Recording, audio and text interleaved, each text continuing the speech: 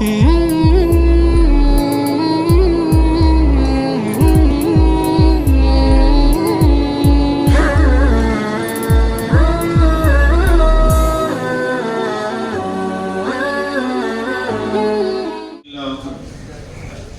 لله كفى وسلام على عباده الذين اصطفى أما بعد فأعوذ بالله من الشيطان الرجيم بسم الله الرحمن الرحيم إن الدين عند الله الإسلام وقال الله تبارك وتعالى يا بني آدم قد أنزلنا عليكم لباسا يواري سوآتكم وريشا وقال الله تبارك وتعالى فأينما تولوا فثم وجه الله صدق الله العظيم اللهم صل على سيدنا محمد وعلى آل سيدنا محمد وبارك وسلم اللهم صل على سيدنا محمد وعلى آل سيدنا محمد وبارك وسلم اللهم صل على سيدنا محمد وعلى آل سيدنا محمد وبارك وسلم. گزشتہ 2-3 ہفتوں سے اسی عنوان پر بات چل رہی ہے کہ میرا اور آپ کا پسندیدہ دین اسلام کیوں ہے. دین اسلام میں وہ کیا خوبیاں ہیں، وہ کیا کمالات ہیں، وہ کیا اچھائیاں ہیں کہ جس کی وجہ سے دین اسلام اور اسلام مذہب دنیا میں پائے جانے والے سارے مذہبوں سے اعلیٰ، افضل اور اللہ کے نزدیک پسندیدہ ہے. کیا وجہ ہے؟ تو تقریباً 3-4-5 دلیلیں میں بیان کر چکا. 5ویں دلیل ہماری چل رہی تھی کہ اسلامی اعمال، اسلامی احکام جو اللہ تبارک و تعالیٰ نے قرآن کریم کے ذریعے اور امام الانبیاء محمد الرسول اللہ صلی اللہ علیہ وسلم کے ذریعے اس امت کو عطا فرمائے، وہ بہت ہی آسان ہے. اسلامی اعمال اور احکام پر چلنا بہت آسان ہے. اللہ نے دین میں آسانی رکھی. ہم نے وضو کی بات کی تھی کہ وضو ایسا حکم دیا گیا جو کام انسان روزانہ کرتا ہے. اس کے لیے کوئی بہت زیادہ ایجوکیٹڈ ہونا یا علم والا ہونا یا نالج والا ہونا ضروری نہیں ہے. ہاتھ منہ دھونا، انسان ہر مرتبہ جب بھی کہیں جاتا ہے اور باہر سے آتا ہے، دھول مٹی لگتی ہے تو وہ ہاتھ منہ دھوتا ہے، چہرے کو اور ہاتھ کو اور پاؤں کو دھوتا ہے. تو وضو کے اندر یہی 4 فرائض جو ہے اس کو فرض کیا گیا: چہرے کا دھونا، ہاتھ کا دھونا، سر کا مسح کرنا اور جو ہے پیروں کو دھونا. تو اتنی آسانی رکھی کہ انسان جو کام تو روزانہ کرتا ہے اسی کو وضو کے اندر اختیار کرنا ہے. پھر میں نے بتایا تھا کہ اگر پانی نہ ملے تو ایسا نہیں ہے. پچھلی قوموں میں تھا کہ پانی نہیں ہے تو وضو ہی کرنا پڑے گا. ہم نہیں جانتے. عبادت نہیں کرو گے تم مجرم ہو. کہیں سے بھی پانی لاؤ، آسمان پھاڑ کے لاؤ، زمین چیر کے لاؤ، کہیں سے بھی لاؤ، پانی نہیں ہے، وضو نہیں ہے تو عبادت کا آپشن نہیں. لیکن اس امت پر احسان فرمایا امام الانبیاء محمد الرسول اللہ صلی اللہ علیہ وسلم نے، جعلت لی الارض مسجدا وطہورا، کہ پوری زمین کو میرے لیے مسجد بھی بنا دیا گیا، سجدہ کرنے کی جگہ بنا دی گئی، اور مٹی کو، زمین کو پاکی کا ذریعہ بھی بنا دیا گیا. میں نے گزشتہ بتایا تھا کہ اگر پانی نہیں ہے، نہیں مل پا رہا، بہت دور ہے یا ہے لیکن بہت مہنگا ہے، پیسے نہیں ہیں، یا ہے پانی لیکن بیمار ہے، ایسا بیمار ہے کہ پانی کو ٹچ کرنا بڑا مسئلہ ہو جائے گا، اس کے لیے بیماری بڑھ جائے گی، یا بیمار تو نہیں لیکن سردی بہت خطرناک پڑ رہی ہے اور بالکل ٹھنڈا پانی ہے اور اتنی زیادہ سردی ہے کہ اگر ہاتھ ڈالا تو اپنے آپ کو ہلاکت میں ڈالنا پڑے گا. تو ان تمام صورتحال میں شریعت یہ نہیں کہتی اپنے آپ کو مارو، اپنے آپ کو عبادت کرنے کے اندر بس مار ڈالو، مشقت میں ڈال دو. نہیں، کہا کہ آپ مٹی استعمال کر سکتے ہو، تیمم کر سکتے ہو. اور آخر میں بات آئی تھی کہ تیمم کرنے کا مطلب یہ نہیں کہ بھوت بن جاؤ. یہ بات میں نے کہی تھی کہ مٹی پہ ہاتھ مار کے بالکل چہرے پہ مل لو تاکہ گھر والے بھی دیکھ کے بھاگیں. بلکہ مسا کرنا ہے, ہاتھ مارنے کے بعد جھڑک کر پھر چہرے پہ مسا کرنا اور ہاتھ پہ مسا کرنا ہے. دو ہی آپشن رکھا وہاں پر. بہرحال تو پانی نہیں تو مٹی استعمال کر لو. تیمم زمین کے جس حصے پر بھی ہاتھ مار کر تیمم کر لیا جائے گا طہارت حاصل ہو جائے گی, اور اس کے ذریعے جتنی چاہے بندہ نماز عبادتیں کر سکتا ہے. ایسے ہی پھر جب وضو کر کے آیا ہے, تیمم کر کے آیا, اب نماز پڑھنی ہے تو اس کے لیے بہت زیادہ اعلیٰ قسم کے علم کی اور بہت زیادہ جو ہے فلسفہ اور جغرافیہ اور میڈیکل اور سائنس کے علم کی ضرورت ہو نہیں. نیچرل اور فطری چیزیں کہ بھئی فجر پڑھنی ہے, صبح صادق دیکھ لو, وہ تو اب گھڑی گھنٹے آگے تو اور آسانی ہو گئی. ورنہ اس زمانے میں بھی لوگوں کو آسانیاں تھی. وہ آسمان کو دیکھ کر, بھائی چاہے انسان جنگل میں ہو کہ شہر میں ہو کہ گاؤں میں ہو کہ بستی میں ہو کہ سمندر کی تہ میں ہو, لیکن آسمان تو اوپر دیکھ سکتا ہے نا. آسمان دیکھ کر صبح شادی ہوئی کہ نہیں ہوئی, وقت ہو گیا, فجر کی نماز کا وقت آ گیا. کب تک پڑھنا ہے؟ سورج نکلنے تک. یعنی جب سورج کے نکلنے کا وقت آئے گا اس سے پہلے آپ کو فجر پڑھنی ہے. طلوع آفتاب, سورج کا نکلنا بھی لوگ آسمان دیکھ کر پتہ لگا لیتے ہیں. اس میں کوئی علم کی کہ بھئی شہری نہیں دیکھ سکتا, گاؤں والے دیکھ سکتے ہیں, یا علم والے کو نظر آئے گا اور جس کو اسکول کبھی گئے اس کو نظر نہیں آئے گا. سب کے لیے برابر ہے, کامن اور عام رکھا, آسان رکھا. ظہر کی نماز پڑھنے والے زوال کا وقت ہو گیا, سورج بالکل بیچ میں آ گیا اور آگے چلا, ڈھلا. زوال کا معنی ڈھلنے کی, اب آگے چلا تو ڈھلا تو ہوگا ہمارا بھلا. اب ظہر کا وقت ہوگا تو آگے چلا اور ڈھلا, اب ظہر کا وقت ہوا بھلا. تو آپ دیکھ لیں, دیکھ کر انسان اندازہ لگا سکتا ہے. وہ تو ہم نے اس کو استعمال کرنا چھوڑ دیا, اس لیے ہم کو پتہ نہیں چلتا.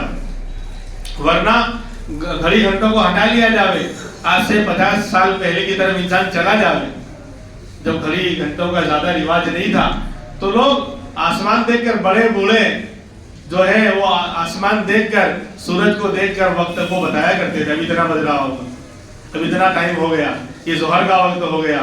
تو ظہر کا, بھائی زوال کے بعد ظہر پڑھنی ہے, اس کے لیے کوئی بہت بڑے علم کی ضرورت نہیں, اتنا آسان رکھا. پھر عصر پڑھنی ہے کہ ہاں عصر پڑھنی ہے جب سایہ انسان کے ڈبل ہونے لگے, انسان کا خود کا سایہ جو ہے ڈبل 2 گنا سے بڑھ جاوے تو سمجھو کہ اب عصر کا وقت ہو گیا. اور کب تک پڑھنی ہے؟ سورج غروب, سوریاست ہونے سے پہلے, سن سیٹ ہونے سے پہلے. تو اب اس کے لیے بھی کوئی بہت زیادہ جغرافیہ اور فلسفہ کے علم کو بکھارنے کی اور ملانے کی ضرورت نہیں ہے. آسمان دیکھ کر اندازہ آدمی لگا سکتا ہے سورج غروب ہو گیا. پھر مغرب پڑھنی ہے غروب کے بعد فوراً. کب تک پڑھنی ہے؟ کہ یہاں تک کہ اتنا اندھیرا ہو جاوے کہ ستارے ایک دوسرے میں بالکل چپکے ہوئے بہت سارے نظر آنے لگے. ہاں سورج غروب ہوتا ہے تو فوراً اندھیرا نہیں ہوتا, بلکہ پہلے جو ہے سرخی نکلتی ہے. سرخی, اس کو سرخے پرسے کیا کہتے ہیں, احمر کہتے ہیں عربی میں. سرخی نظر آئے گی, لالی, وہ 15-20 منٹ رہے گی, آدھا گھنٹہ میکسیمم موسم کے حساب سے. پھر اس کے بعد وہ ختم ہوگی, پھر سفیدی نظر آئے گی. بولے عجیب بات کر رہے ہیں. عجیب نہیں کر رہے ہیں, ہم کو عجیب اس لیے لگ رہا ہے کہ ہم عجیب و غریب حال میں رہتے ہیں. ہماری زندگی عجیب و غریب حالت میں اب رہ گئی. نیچرل چیزوں کو ہم برتتے نہیں, دیکھتے نہیں, سمجھتے نہیں, اس لیے یہ باتیں سمجھ میں نہیں آ رہی ہے. سورج غروب ہونے کے بعد پہلے لالی نظر آئے گی, سرخی, پھر سفیدی نظر آئے گی, پھر سیاہی. اندھیرا بعد میں ہوتا ہے. تو جو سیاہی کا وقت آئے گا, صحابہ کرام فرمایا کرتے تھے, حذیفہ ابن یمان رضی اللہ عنہ اور دیگر صحابہ فرماتے تھے, ہم مغرب کی نماز پڑھ کر مسجد نبوی سے نکلتے تھے تو یہاں چونکہ شہروں میں ہمیں اس کا اندازہ نہیں ہوگا, نہ ستاروں کا اندازہ ہوگا, نہ روشنی کا, سرخی کا اور سفیدی کا, اور نہ کالے پن کا اتنا اندازہ یہاں نہیں ہوگا. لیکن جہاں کھلا میدان ہے, گاؤں دیہات ہے, تو فرماتے تھے ہم لوگ جب مغرب پڑھ کے نکلتے تھے تو اِنَّا لَنَبْصُرُ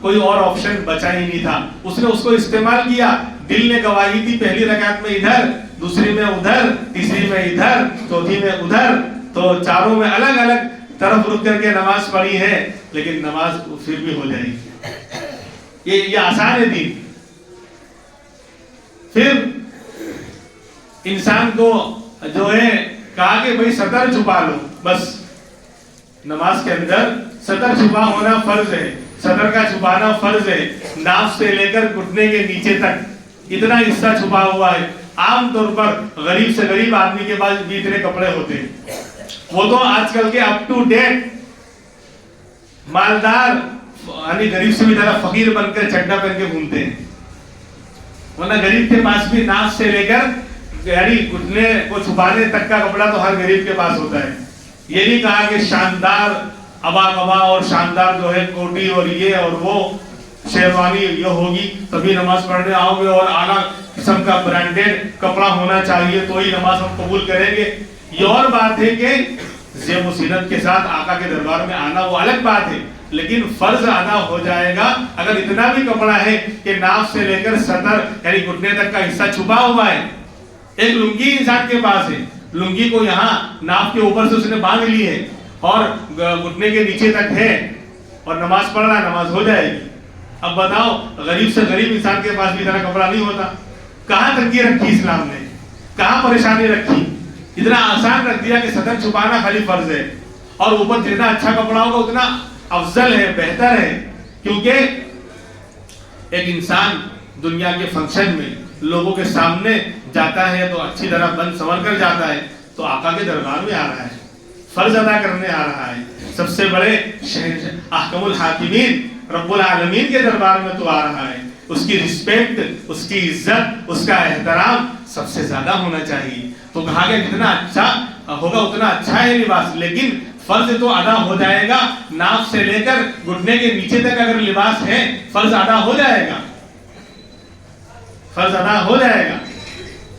اور اگر کسی کے پاس اتنا کپڑا بھی نہیں ہے تو یہ نہیں کہا کہ لے کر آ, کہیں سے بھی چوری کر کے لا, کہ کہیں سے بھی لا, لے کر آ تو نماز پڑھ سکتا ہے ورنہ نہیں. نہیں, کتنا آسان رکھا. اگر اتنا بھی لباس نہیں ہے تو جتنا ہے اتنے میں پڑھ لے رہے, جتنا ہے. آج کل کے مالدار فقیروں کی طرح صرف چڈا پہن کے پڑھ لے, اتنے ہی یہ کیا کرے. آج کل کے جو مالدار فقیر بن رہے ہیں, بھکاری کی طرح گھوم رہے ہیں, اب یہ فیشن نوجوانوں میں بھی آ رہا ہے. ٹوکنا چاہیے, سامنے بولنا چاہیے, بھائی معلوم ہے تو بہت ساری نیکی لے کر آیا ہے, اس لیے فری میں گناہ کما رہا ہے.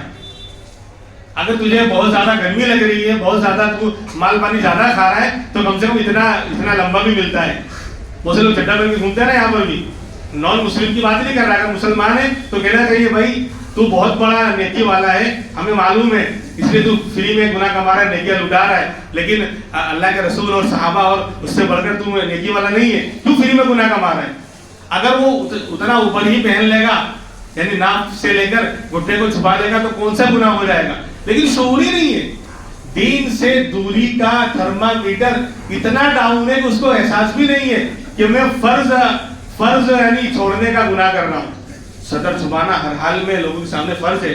صرف تنہائی میں آپ کھول سکتے ہیں جہاں کوئی نہ ہو. باتھ روم میں آپ گئے تھے, وہ مجبوری ہے وہاں پر بھی کھولنا.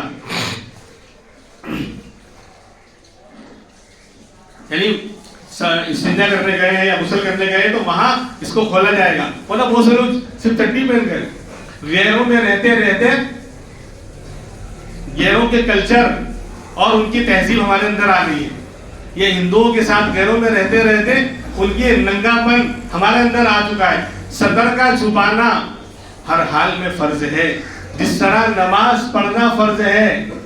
سن لے کان کھول کر, وہ سب لوگ ایسے نہانے بیٹھ جاتے ہیں چٹی پہن کر سب کے سامنے. گناہ ہوگا فرض چھوڑنے کا, اور یہ فری میں گناہ کما رہا ہے. کیوں؟ احساس نہیں ہے, تعلیم نہیں ہے. بولے یہ فیشن نہیں ہے, یہ کیا کہتے ہیں, پھر اللہ کے حاصل میں پکڑ آئے گی. خیر, تو اگر کہا کہ صدر چھپانے کے کپڑے نہیں ہیں تو جتنا ہے اتنے میں پڑھ لے.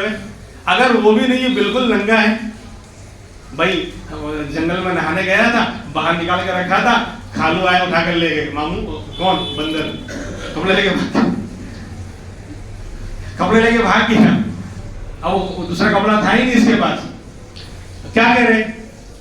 تو شریعت اتنی آسان ہے، اتنے سارے آپشن رکھے ہیں. کہا کہ اگر پورا ننگا ہے اور کہا کہ پتے وتے کہیں مل جاوے تو وہ چھپا لے، اس سے اپنے بدن کم سے کم صدر کو یا کم سے کم جو ہے یعنی پردے والے عضو کو، شرمگاہ کو کم سے کم چھپا لے. کچھ بھی مل جائے وہاں جنگل میں، پتے مل جائے، کچھ بھی مل جائے. بولے کچھ بھی نہیں مل رہا ہے، کچھ بھی نہیں مل رہا ہے. تو کہا کہ ویسے ہی پڑھ لے لیکن بیٹھ کر، اس میں زیادہ اب بیٹھ کر، اب کھڑے ہو کر نہیں. کہا کہ بالکل ننگا ہے، کچھ بھی نہیں مل رہا اور نماز پڑھنا ہے، تو کہا کہ بیٹھ کر پڑھ لے ہوئے. کہاں کتنی آسانی ہے. اور اسی لیے لباس جو ہے نا، فرمایا یا بنی آدم قد انزلنا علیکم لباسا یواری سوآتکم وریشا، اے آدم کی اولاد ہم نے تمہارے لیے لباس اتارا ہے. اللہ میاں لباس تھوڑی آسمان سے اترتا ہے، لباس کہاں اترتا ہے آسمان سے؟ دیکھا؟ بولے احمدآباد میں بولے کس کی بارش ہو رہی ہے؟ بولے جینس اور ٹی شرٹ کیوں پہنتے ہو؟ بولے آسمان سے اسی کی بارش ہو رہی ہے تو کیا کریں گے؟ اللہ فرماتے ہیں ہم نے تمہارے لیے آسمان سے لباس اتارا ہے. لباس نہیں اتارا، لباس کی جو اصل چیزیں ہیں، روئی ہے، کپاس ہے، اس کو تو اللہ نے آسمان سے اگایا ہے کہ نہیں؟ جو اصل ہے اس کی، جس سے کپڑا بنتا ہے.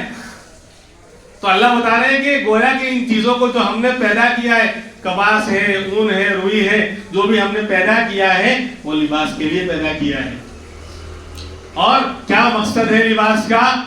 یواری سوآتکم، وہ تمہارے صدر کو چھپاتا ہے. بتا دیا اصل مقصد لباس ایسا ہونا چاہیے جو صدر کو چھپانے والا ہو.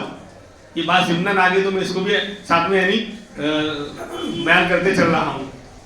یعنی لباس کا اصل مقصد صدر کا چھپانا ہے. لہذا اگر ایسا لباس پہن رہا ہے، چاہے 1 لاکھ روپے کا کیوں نہ ہو چڈا، بلکہ بہت برانڈیڈ ہے، برانڈیڈ نہیں ہے، پھر وہاں پٹائی بھی برانڈیڈ والی ہوگی، شاندار والی.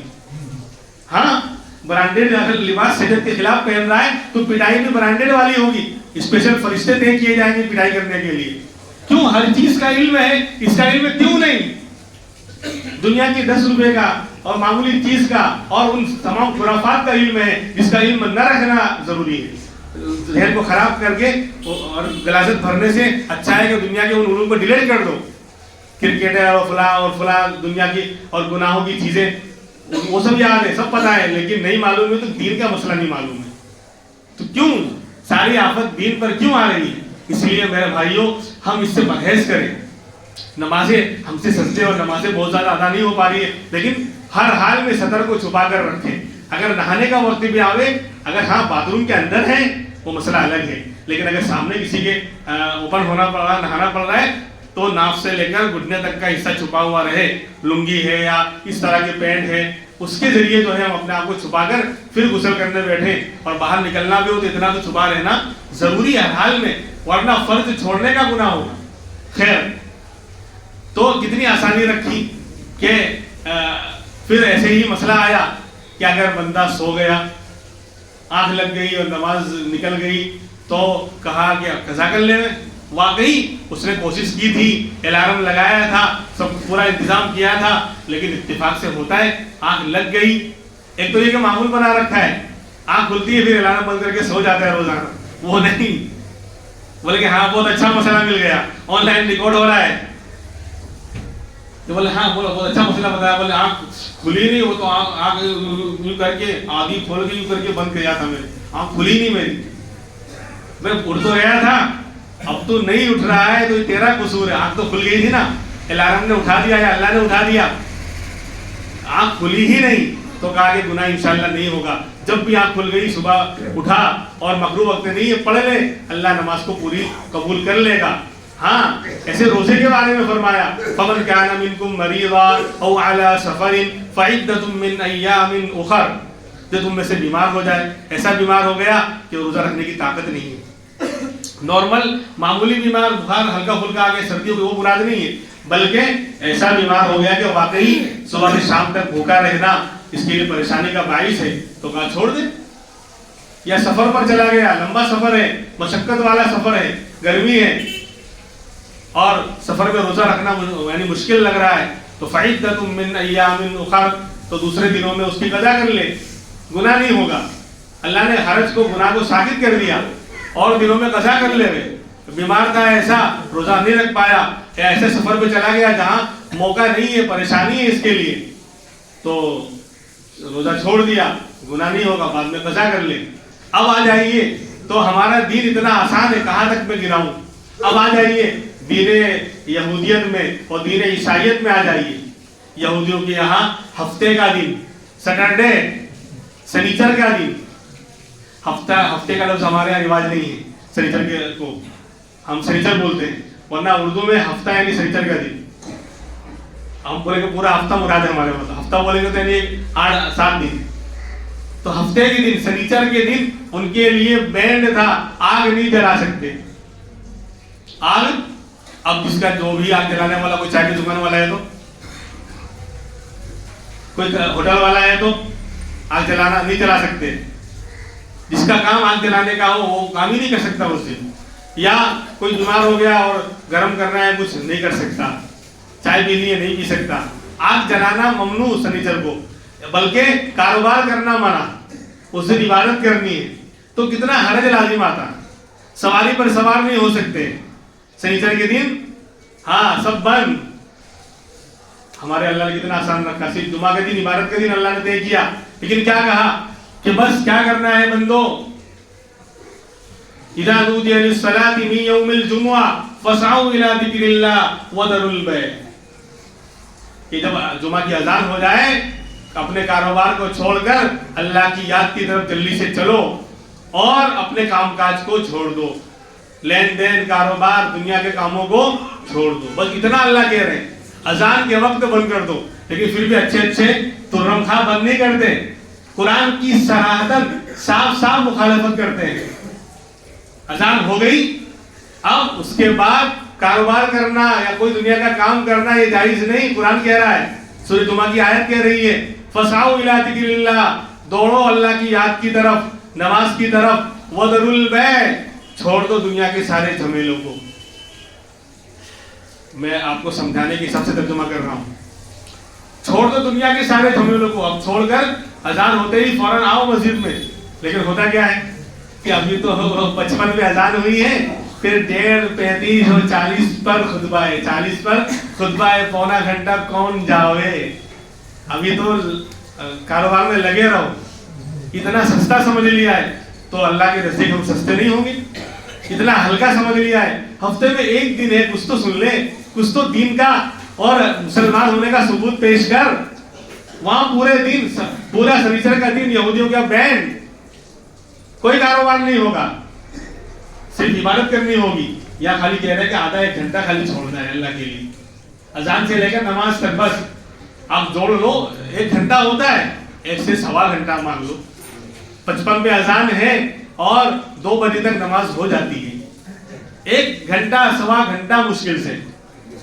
اتنا بھی مسلمان چھوڑنے کو تیار نہیں۔ اللہ کی مدد کیسے آئے گی، اللہ کی محبت کیسے آئے گی، اللہ نظر رحمت ہمارے اوپر کیسے ڈالیں گے، اور وہاں یہودیوں کے یہاں پورا سنیچر کا دن بین، کوئی کاروبار نہیں کر سکتے، کوئی اس طرح کا کام نہیں کر سکتے، اور عیسائیوں کے یہاں، کرسچنوں کے یہاں کیا ہوتا تھا، عبادت، prayer, Sunday prayer only will be held in church،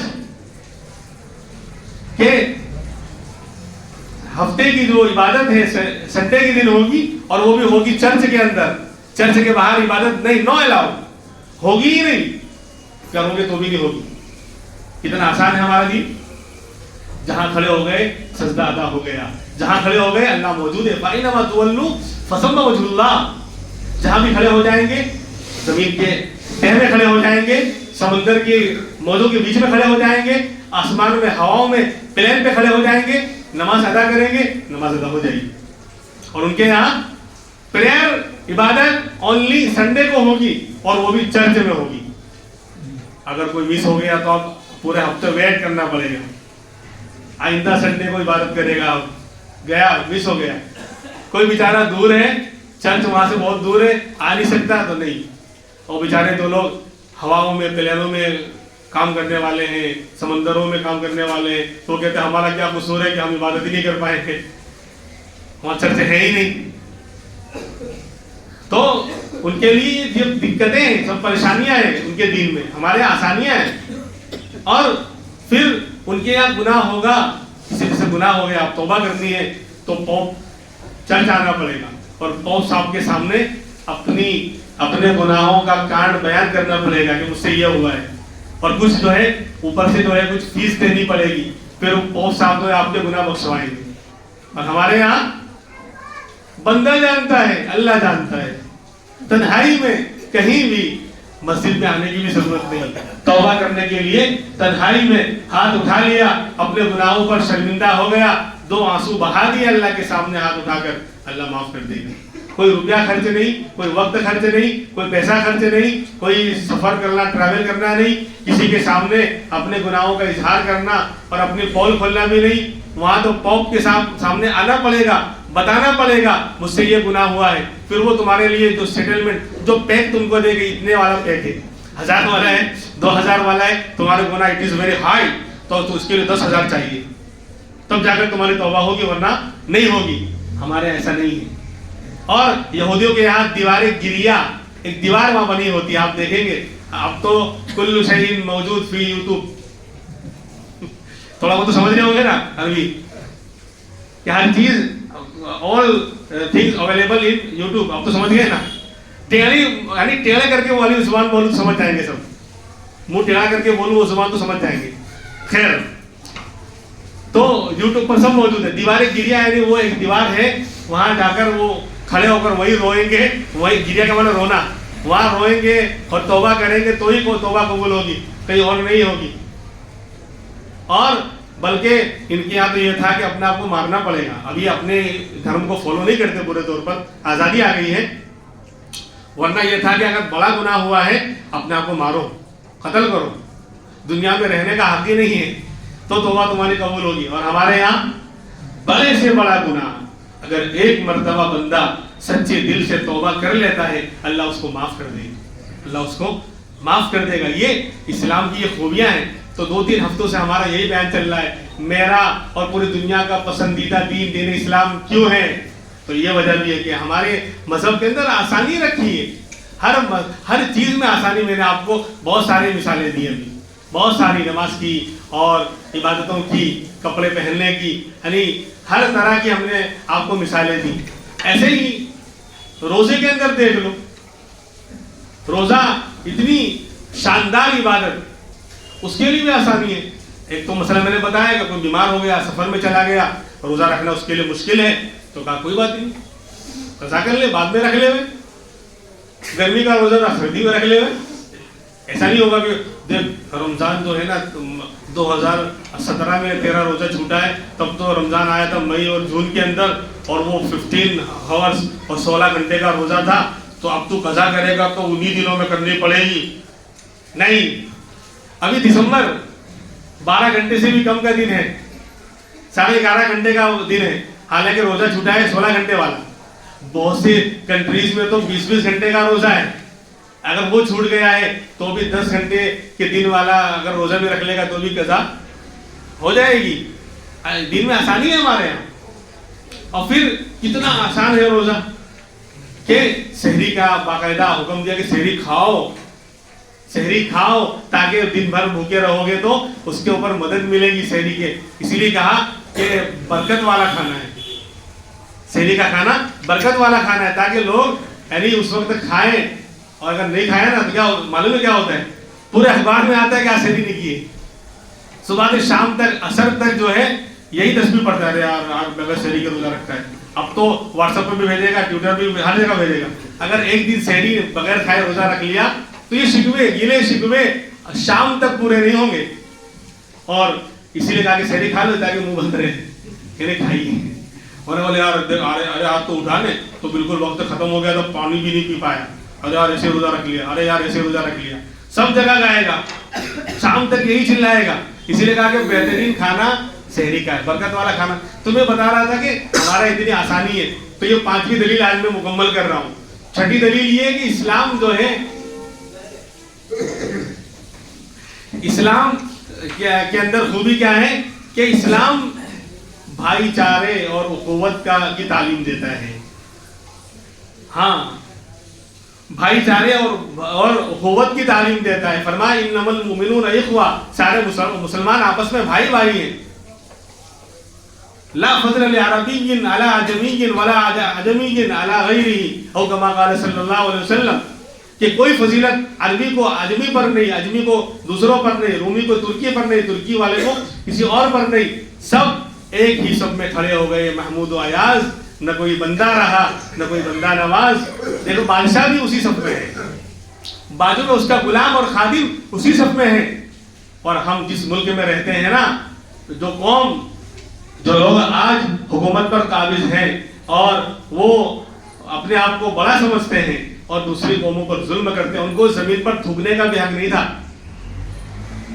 یعنی اس ملک کے حالات یہ ہیں کہ جو نچلی قومیں ہوتی تھیں، ان بڑوں کے ساتھ پلنگ پہ بیٹھنا، ان کے ساتھ کھانا تو بہت دور کی بات، ان کے ساتھ چلنا اور اٹھنا بیٹھنا بھی جائز نہیں تھا. بلکہ زمین پہ تھوک نہیں سکتے تھے، باقاعدہ وہ اپنا ڈبہ لے کے چلتے تھے، تھوکنا اس میں تھوک، کہ اگر نیچے تھوک دیا تو بولے ہماری زمین کو اپوتر کر دیا، ناپاک کر دیا. اور اسلام نے ایک ہی تعلیم دی. حضرت بلال حبشی غلام ہیں، اسلام سے پہلے کوئی ویلیو نہیں ہے، گھٹیا معمولی، نہ پیسہ ہے، نہ مال ہے، نہ عزت ہے، نہ حسن ہے، نہ خوبصورتی ہے، نہ اونچا خاندان ہے، کچھ بھی نہیں ہے. لیکن جب لا الہ الا اللہ کے دامن کو تھاما، امام الانبیاء محمد الرسول اللہ صلی اللہ علیہ وسلم کے دامن کو تھاما، تو فرمایا فتح مکہ کے موقع پر اللہ کے رسول نے فرمایا تھا بلال کعبۃ اللہ کی چھت پہ کھڑے ہو کر اللہ اکبر کی صدائیں بلند کرو. ہم اور آپ خواب دیکھ سکتے ہیں کعبۃ اللہ کے اندر جانا تو دور کی، یعنی وہ مشکل ہے، اوپر چڑھنا تو بہت دور کی بات، یعنی ہم اس کا خواب بھی نہیں دیکھ سکتے. لیکن جب ایمان آیا، اسلام آیا، تو اسلام نے کہا کہ نہیں، یہاں سب برابر ہیں، سب برابر ہیں. اور ایک غلام کو وہ مقام دیا کہ کعبۃ اللہ کی چھت پر کھڑے ہو کر اللہ اکبر کی صدائیں بلند ہو رہی ہیں. اور میں بتاؤں دین کی جو خدمت ہوئی نا، آج اللہ کے رسول کی حدیثیں لاکھوں کی تعداد میں، ہزاروں کتابوں میں محفوظ ہیں. آپ اٹھا کر دیکھیے، بڑے بڑے جو محدثین، حدیث کے جاننے والے پیدا وہ سب غلام تھے، اکثر غلام تھے. اکثر جب علم کو، اللہ کے دین کو اور علم کو سینے سے لگایا تو عزت کا مقام اتنا اونچا آیا کہ بڑے بڑے امام بنے. حضرت نافع رحمۃ اللہ علیہ غلام تھے، عبداللہ ابن عمر کے غلام تھے. علم کو حاصل کیا تو بعد میں امیر المومنین فی الحدیث بنے، حدیث کے امام بنے. ایسے ہی ہزاروں مثالیں ہیں. تو اسلام اخوت، بھائی چارگی اور برابری کا درس دیتا ہے. یہ چھٹی دلیل ہوئی. اللہ تبارک و تعالی ہمیں عمل کرنے کی توفیق عطا فرمائے. وآخر دعوانا الحمدللہ رب العالمین.